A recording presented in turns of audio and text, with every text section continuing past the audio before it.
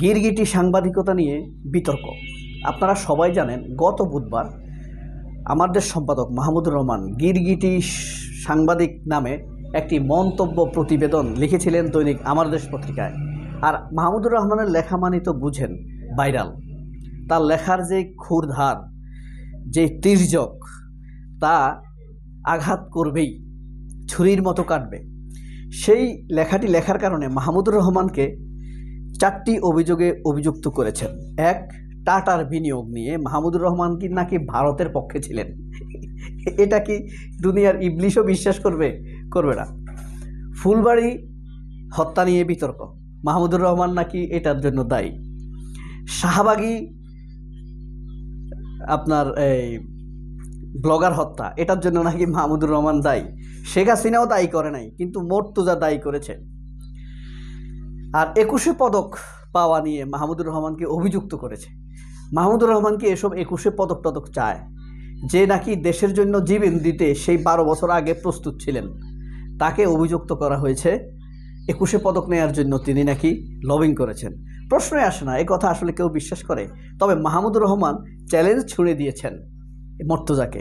আপনারা একে একে শুনতে থাকবেন, আমি ধাপে ধাপে তা আপনাদেরকে বলছি। গিরগিটি বিতর্ক, অ্যাকশন রিঅ্যাকশন। এই যে গিরগিটি সাংবাদিকতাদের পরিণতি, বর্তমান পরিণতি কি তারা দেখেন। তাদের অফিস প্রথম আলো বা সাপ্তাহিক 2000, গোলাম মর্তুজার যে অফিস ডেইলি স্টার বাংলা বিভাগে তো গোলাম মর্তুজা প্রধান ছিলেন বাংলা বিভাগের। তাদের অফিস এখন পুলিশ দিয়ে পাহারা দিতে হয়। মানুষ 32 নম্বরের চাইতে কম ক্ষুব্ধ নয় এসব গোলাম মর্তুজা, প্রথম আলো, মতিউর রহমান, মাহফুজা নাম ডেইলি স্টারের উপরে চরম ক্ষুব্ধ। এটাই হলো তাদের মিথ্যাচারের পরিণতি। তবে গোলাম মর্তুজা যেই স্ট্যান্ড নিয়েছেন সেটি বোঝা যায় তিনি সাংবাদিকতায়ও সততার সাথে তিনি তার 55 বছরের জীবনে সাংবাদিকতা করতে পারেননি। সেটি আবারও মাহমুদুর রহমানের সাথে বিতর্ক জড়িয়ে এই মর্তুজা প্রমাণ করে দিলেন। কিভাবে প্রমাণ করলেন? তিনি এখনও শাহবাগীদের জন্য মায়া কান্না করেন। শাহবাগী কারা? যারা বিনা বিচারে ফাঁসি চেয়েছে মানুষের, নির্দোষ মানুষের। সেই গোলাম মর্তুজা ব্লগার হত্যা নিয়ে মাহমুদুর রহমানকে দায়ী করেছেন, যেটার জন্য শেখ হাসিনা 126টি মামলা দিয়েছে মাহমুদুর রহমানের বিরুদ্ধে। 126টি মামলা, একই ঘটনার জন্য 126টি মামলা দিয়েছে। কিন্তু ভারতে গ্যাস পাচার, ফুলবাড়ি কয়লা খনি, শাহবাগী ব্লগার হত্যা, এইসব নিয়ে কিন্তু শেখ হাসিনা ভাবেও নাই মাহমুদুর রহমানের নামে মামলা। তার শেখ হাসিনার চাইতে আরও ভয়ঙ্কর খারাপ হয়ে মর্তুজা মাহমুদুর রহমানের বিরুদ্ধে এই অভিযোগটি করলেন। এই মর্তুজা প্রথম আলোদের কারণেই ধানমন্ডি 32-এর আজ এই অবস্থা। 1975 সালে বাকশাল গঠন করে এদের কারণেই শেখ মুজিব ফ্যাসিস্ট হয়ে উঠেছিলেন। সব সংবাদপত্র বন্ধ করে দিয়েছিলেন, নিজের দলের 4টি ছিল। সে 1975 সালে শেখ মুজিব মৃত্যুর পর এই 32 নম্বর কেন গুণিয়ে দিল ছাত্ররা? এই 1975 সালে যখন শেখ মুজিব নিহত হয়, 4 নভেম্বর 3রা নভেম্বর আরেকটি প্রতিবিপ্লব হয়, আওয়ামী লীগ পন্থীরা করে, সেটি খালেদ মোশাররফের নেতৃত্বে। খালেদ মোশাররফ 3 ঘন্টার জন্য ক্ষমতা নিয়েছেন, নাকি 3 দিনের জন্য। তখন কিন্তু ঢাকা ইউনিভার্সিটি থেকে মিছিল নিয়ে মানুষ সংসদ ভবনে যায়নি, গণভবনে যায়নি, রাষ্ট্রীয় অতিথি ভবনে যায়নি, গিয়েছে 32 নম্বর। তার মানে 32 নম্বর হলো ফ্যাসিবাদের একটি আইকনিক ভবন, এখন যেটি প্রথম আলো ডেইলি স্টারের ভবন। এখন আমরা জানি, আর 2013 সাল থেকে শেখ হাসিনাকে ফ্যাসিস্ট করে তুলেছিল এই গোলাম মর্তুজারা, প্রথম আলোরা।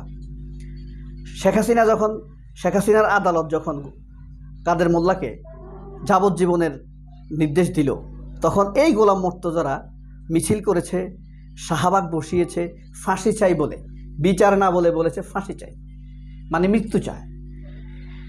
তাহলে ফ্যাসিস্ট বানিয়েছে কারা? এই গোলাম মর্তুজারা। মূলত মাহমুদুর রহমানের বিরুদ্ধে 4টি অভিযোগ করেছে গোলাম মর্তুজা। ওই লেখাটিতে জ্বলে ওঠার পর, গিরগিটি সাংবাদিকতা জ্বলে ওঠার পর। আচ্ছা, আজকের হেডিংটা হইল এই যে দেখেন, গিরগিটি সাংবাদিকতা বিতর্ক। একদম লাড়িয়ে দিয়েছে। মাহমুদুর রহমান খুব খুশি হয়েছে লাড়া দেওয়াতে, ইতিহাস টান দিয়েছে। আপনারা মনোযোগ দিয়ে শুনুন, যাবেন না। 1 নম্বর, মাহমুদুর রহমানকে অভিযোগ দিয়েছে টাটার বিনিয়োগ নিয়ে, ফুলবাড়ি হত্যা, ফুলবাড়ি কয়লা খনি, শাহবাগী ব্লগার হত্যা এবং 21শে পদক। 2004 সালে 12ই অক্টোবর টাটার মালিক যিনি ছিলেন অর্থাৎ রতন টাটা, তাকে বাংলাদেশে আহ্বান করেছিলেন মাহমুদুর রহমান। কেন আহ্বান করেছিলেন? 2004 সালের 12ই অক্টোবর, তার কিছুদিন আগে, 2 মাস আগে বা 1.5 মাস আগে 21শে আগস্টের গ্রেনেড হামলা, রহস্যজনক গ্রেনেড হামলা হয়েছিল আওয়ামী লীগের অফিসের সামনে। সে তারপর থেকে বিএনপি সরকারের, খালেদা জিয়ার সরকারের বিরুদ্ধে সারা ভারতের নেতৃত্বে সারা পৃথিবীতে অপপ্রচার শুরু হয়। তখন মাহমুদুর রহমান একটি ট্যালেন্ট কাজ করেন, সেটি হলো টাটাকে আমন্ত্রণ করেন এদেশে বিনিয়োগের জন্য। বাস, টাটার বিনিয়োগের পর সৌদি বাদশাহ, আরব আমিরাত, দুবাই, বাহরাইন, রাশিয়া, বিভিন্ন জায়গা থেকে বিনিয়োগকারীরা বাংলাদেশে আবার আসতে থাকে। তখন প্রথম আলোওয়ালারা খুব ক্ষেপে উঠে, তারা তো সাকসেস হলো না, 21শে আগস্টের গ্রেনেড হামলা মামলা করেও বিএনপি সরকারকে থামানো যাচ্ছে না।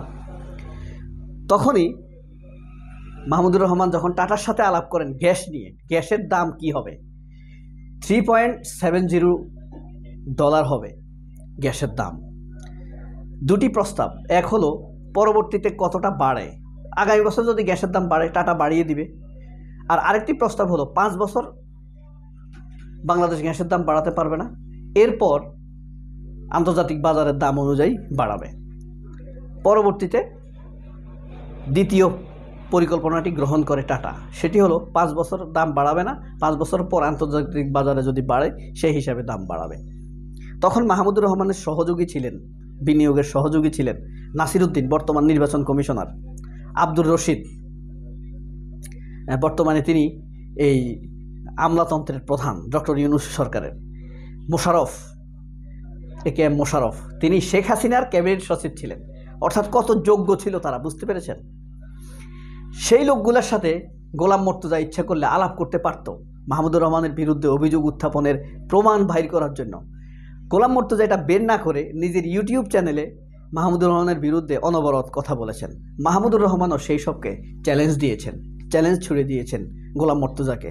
গোলাম মর্তুজা এখনও যেই ধরনের কথা বলছে তাতে বোঝা যায় তার সাংবাদিকতার জীবন অসততায় পূর্ণ, মিথ্যায় পরিপূর্ণ। এই যে প্রথমে হলো টাটার কথা তো বললাম, এর পাশে ফুলবাড়িয়া কয়লা খনি। ফুলবাড়িয়া কয়লা খনি বিষয় প্রজেক্টে ছিল খালেদা জিয়ার সরকারের শেষ সময়ে। তখন মাহমুদুর রহমান চেয়েছিলেন এই বিষয়ে একটি রিপোর্ট নিলে পরবর্তী সরকারে যদি বিএনপি আসে বা আওয়ামী লীগ আসে কাজ চালিয়ে নিতে সহজ হবে। এটার সাথে চুক্তিবদ্ধ হয়েছিল অস্ট্রেলিয়ার একটি কোম্পানি, তারা ওপেনিং পদ্ধতিতে কয়লা উত্তোলনের পক্ষে ছিল, অর্থাৎ ইয়েতে না করে ওপেনিং পদ্ধতি নিয়ে সারা পৃথিবীতে বিতর্ক রয়েছে।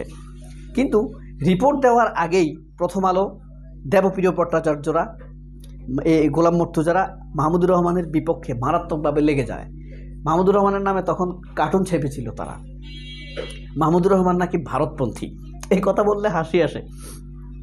মাহমুদুর রহমান হলো বাংলাদেশের স্বার্থের পক্ষের লোক, তিনি বাংলাদেশের স্বার্থ ছাড়া কিছু বোঝেন না। ভারত পাকিস্তান বড় কথা না। এরপরে আসে ব্লগার হত্যা। এই যে মামলা, মাহমুদুর রহমানের নামে ব্লগার হত্যার মামলা নেই, তারপরে হাসিনাও এই ব্যাপারে মাহমুদুর রহমানকে মামলা দেয়নি, বামপন্থীরা দেয়নি, সিপিবি দেয়নি, শাহবাগীরা দেয়নি। হঠাৎ এখন মর্তুজা, গোলাম মর্তুজা গোলামের মতোই, ভারতের গোলামের মতোই, এই গোলাম মর্তুজা এখন এই ইউনূস সরকারের আমেরিকার প্রেস মিনিস্টার, সুবিধাভোগী সবখান থেকে এরা। অথচ সারা জীবন লড়াই করেছে মাহমুদুর রহমানরা, শেষে এসেছে লড়াই করেছে বিএনপি, জামাত, এই ছাত্ররা। তো এই শাহবাগে মাহমুদুর রহমানের বিরুদ্ধে কোনো মামলা নেই, কোনো অভিযোগ নেই, কিন্তু গোলাম মর্তুজা সেই ব্লগারদের পক্ষ নিচ্ছে। অর্থাৎ কি, সে এখনও শাহবাগীদের জন্য ভিতরে মায়া কান্না আছে। মর্তুজা কিন্তু এটা প্রমাণ করে দিল। বেশি কথা বলতে গিয়ে নিজের বের হয়ে গেছে। আর মর্তুজাদের কথা মানুষ বিশ্বাস করে নাকি? দুই একটা কথা বলে চমক সৃষ্টি করার জন্য। এরা ভারতপন্থী, প্রথম আলো, এরা আওয়ামী লীগপন্থী।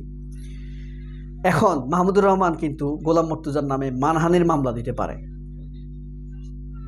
গোলাম মর্তুজার নামে মাহমুদুর রহমানের মানহানি মামলা হওয়া সম্ভব এবং সেটা হতেও পারে। 2013 সাল থেকে 15 সাল পর্যন্ত শাহবাগের প্রশংসায় গদগদ ছিল এই প্রথম আলো, গোলাম মর্তুজার সাপ্তাহিক 2000 নামের একটি পত্রিকা আছে তারা। এখন এসে অভিযোগ করছে মাহমুদুর রহমানের নামে। এরপর আসে 21 পদক। মাহমুদুর রহমান এসব 21 পদক মাহমুদুর রহমানকে দিয়ে 21 পদক ধন্য হয়েছে।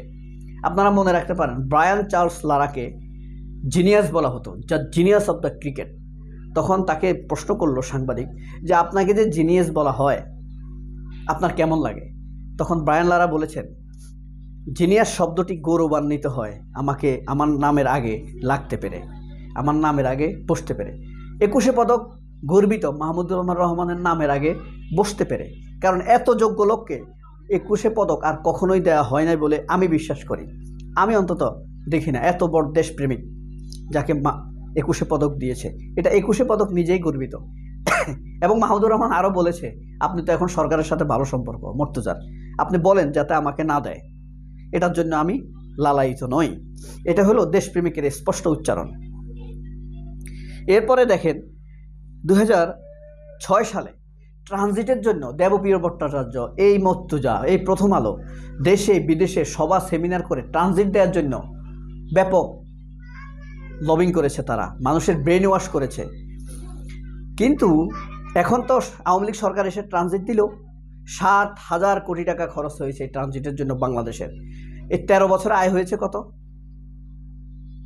মাত্র 37 লাখ টাকা। অথচ তখন কি বলেছে? ট্রানজিট দিলে আমরা সিঙ্গাপুর হয়ে যাব। এটার জন্য এই দেবপ্রিয়রা, এই মর্তুজারা মামলা খাওয়া উচিত, আইনের কাছে তাদের জবাব দেওয়া উচিত, আইনের মাধ্যমে তারা যে সঠিক সেটি প্রমাণ করা উচিত। এই যে 1974 সালে যখন শেখ মুজিব ক্ষমতায় আসলো, 75 সালে বাকশাল গঠন করলো, কাদের দ্বারা?